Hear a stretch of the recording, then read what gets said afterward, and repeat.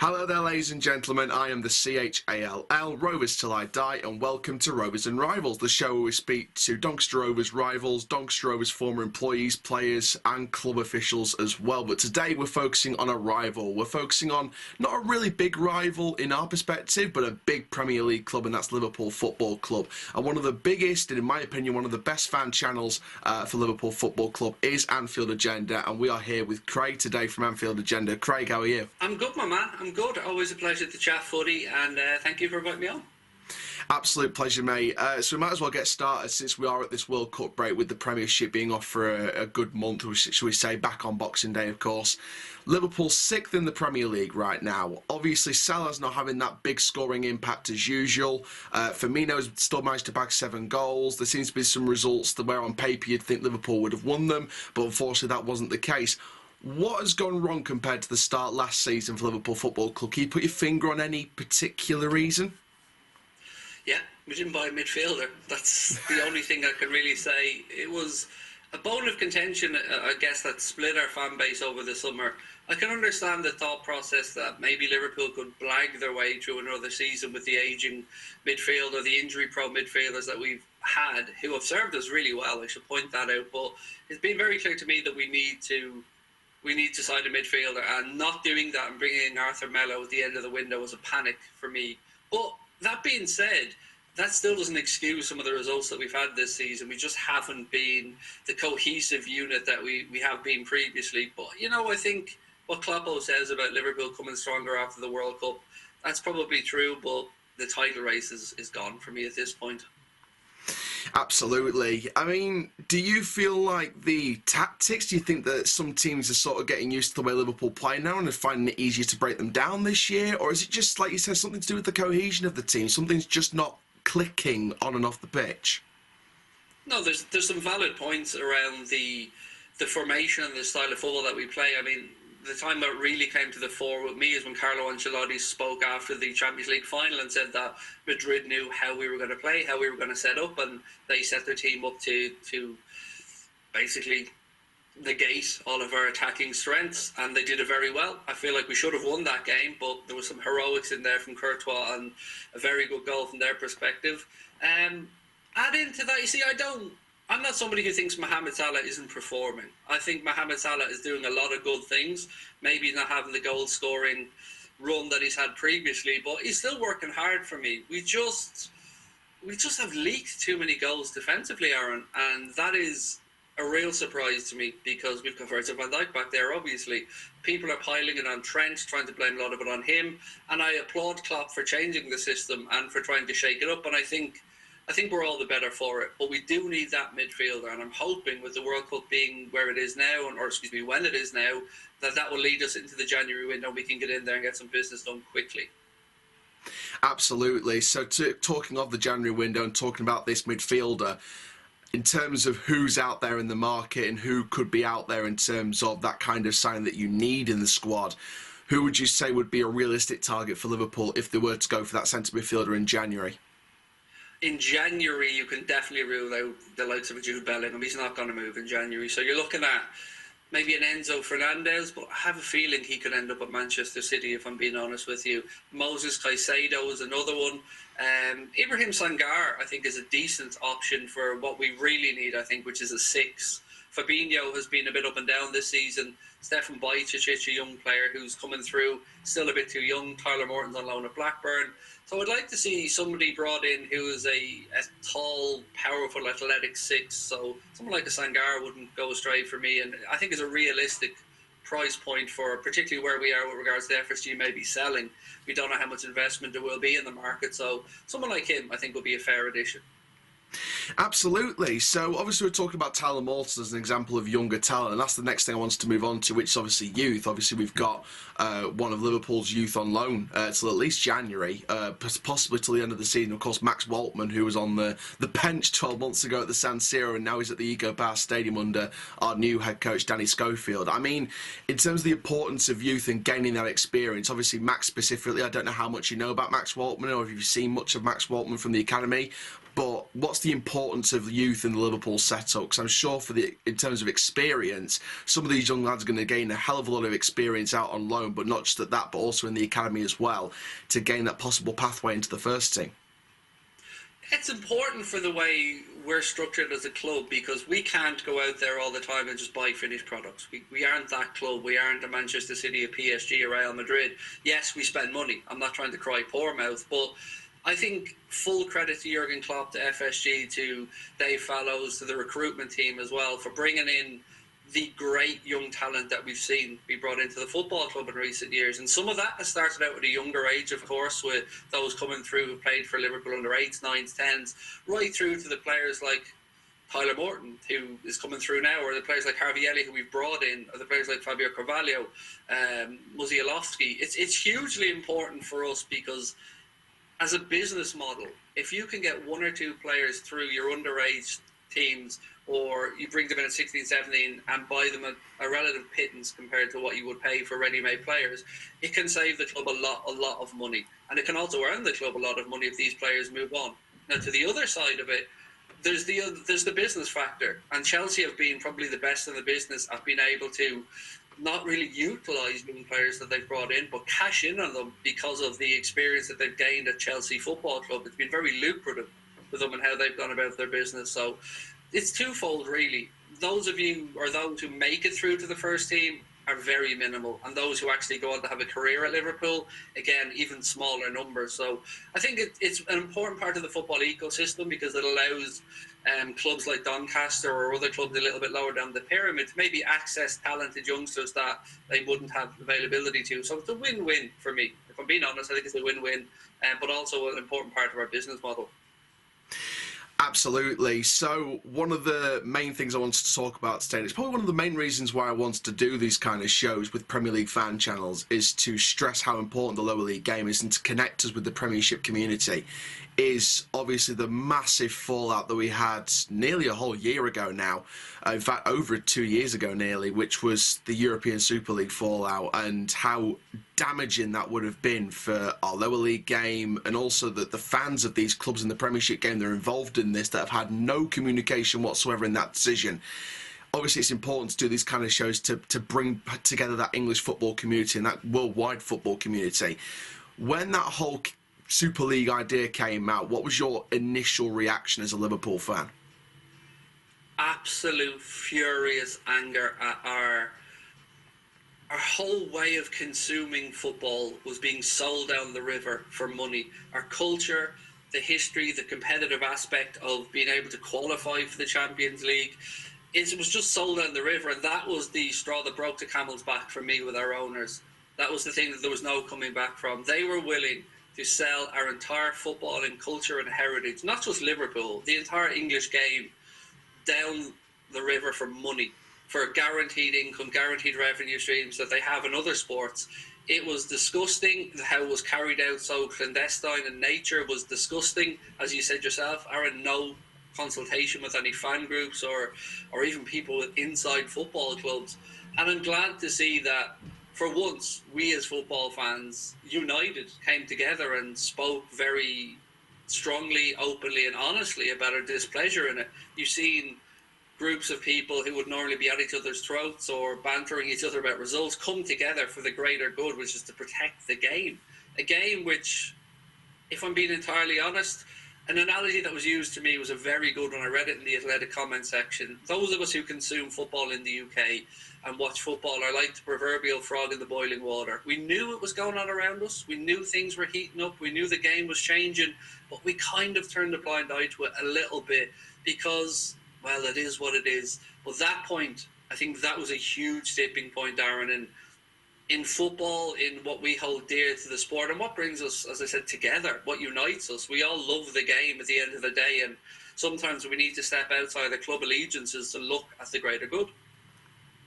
Absolutely. And I mean, from my point of view, obviously everyone watching this will know I've done videos on the Super League when it came out. This is around the time when we were dropping down the table in League One.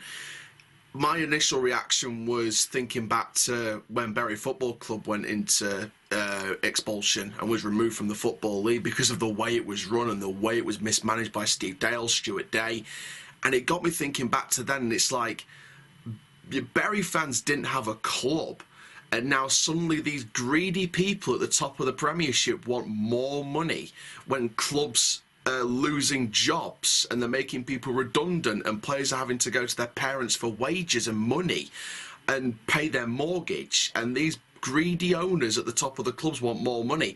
And it just got me even more boiling, to the point where I just physically and mentally could not take it anymore. So, looking back on that Super League, do we think people have learned their lesson? Because me personally, I don't believe people have learned the lesson still. No, I agree. I think a lot of these owners, if they had a chance again, they would maybe go about it in a different way. I mean, how the Super League was launched, how the Super League was marketed was shambolic for such a group of wealthy individuals behind it. But at least, you know what I didn't like about it, Aaron? I didn't like us as fans getting fingers pointed at us and blamed for it. I didn't like people pointing to Premier League fans and saying that they didn't care. We had no choice in this matter. We knew nothing about it until it happened. And like everybody else, we were disgusted by it. And I mean, I streamed that day, I think, for maybe 6 or 7 hours solid. It's the day actually my channel hit 100,000 subscribers, was on that day. It was a bit ironic because it was a day I was looking forward to since I started making content. And then that day it happened, and I was just more scared about the prospect of giving up watching football. And that's what would have happened for me. If the Super League had have gone ahead, I wouldn't be watching Liverpool Football Club anymore, because I wouldn't recognise the football club that drew me in when I was an 8-year-old. Absolutely, and that's the kind of the next thing I wanted to go on to, really, which was the lower league game and protecting the lower league game, and obviously understanding it from a Premiership perspective, how to protect the lower league game. Clubs like Doncaster Rovers, clubs like Bury, clubs like Rochdale, clubs like even your Championship clubs, your Burnleys, your Blackburns, your Norwiches, all these clubs outside of the Premier League and even in the Premier League have so much history to protect. It's moments like that where they didn't protect that history. Like, some people may not know this who are Premiership fans. Man United fans may know this, but, Doncaster Rovers, we gave Man United Harry Gregg back in the day. We all know Harry Gregg, legendary goalkeeper, was one of the saviours and survivors of the Munich air disaster. And he came from Doncaster Rovers. He was our keeper before Manchester United brought him in as part of the Busby Babes.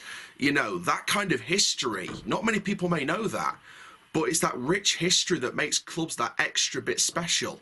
And it's that history that makes clubs unique.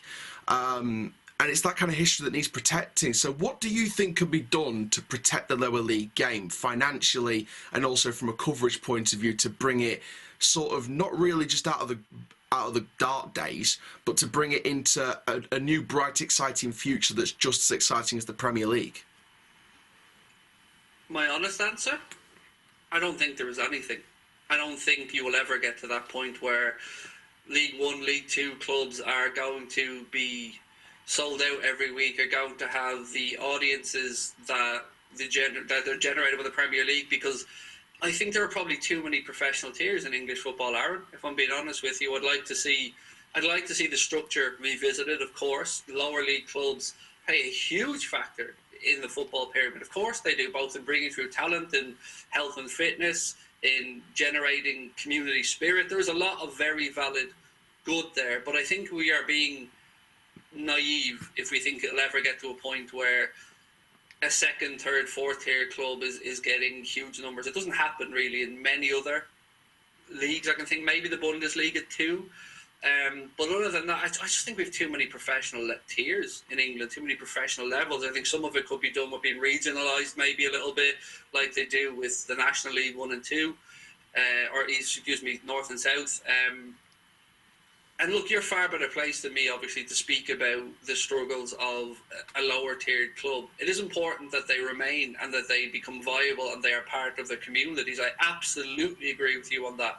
I just don't think it'll ever get to a point where they'll thrive. I think we, as football, sold our souls in '92 with the Premier League, and that was the slow end to all of this, where we are now. That divide that we see between Premier League money and even Championship, League 1, League 2 money, it's the same divide you're seeing in society, Aaron, with people who would have been maybe once middle-class people who are now struggling to pay their bills. It is that greed in society that has made this change in everything, from football clubs right through to businesses, to right through how 0 hours contracts became a thing. I think we need to look at it from a socio-economic perspective more before we look at it from just a footballing perspective.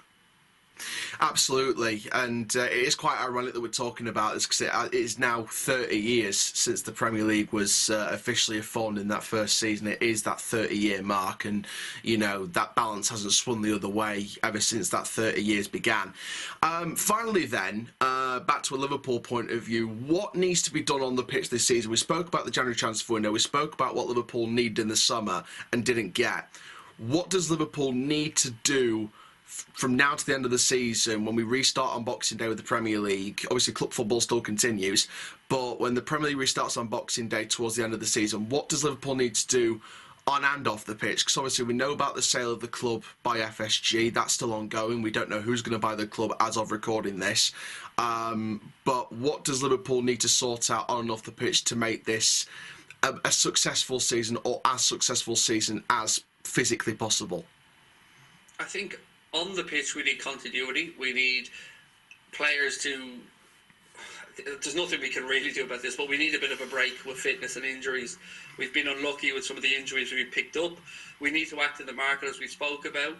I think one thing you will get most Liverpool fans to agree on is we do feel that sometimes Klopp plays favourites. Understandable, because a lot of these people have been lieutenants he could rely upon when the backs were against the wall and when we were down in games. But like any great player, look at Ronaldo's situation now at Manchester United. I know he left today, that agreement was terminated, but his greatest strengths became his greatest weaknesses. Those mental strengths that he had are now an inability to accept that he's in decline. And I feel like sometimes Jurgen Klopp still places that trust in players who have had better days and aren't what they once were.